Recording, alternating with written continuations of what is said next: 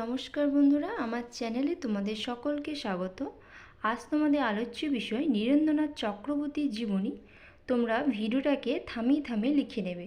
তোমাদের জন্য প্রথমেই পয়েন্ট হচ্ছে ভূমিকা, তারপর জন্ম বংশ পরিচয়, তারপর হচ্ছে শিক্ষা জীবন, এরপর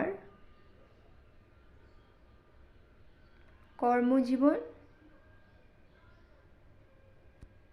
তারপর হচ্ছে সাহিত্যকৃতি,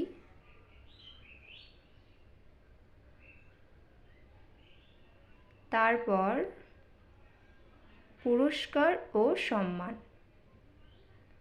এরপর একদম শেষ পয়েন্ট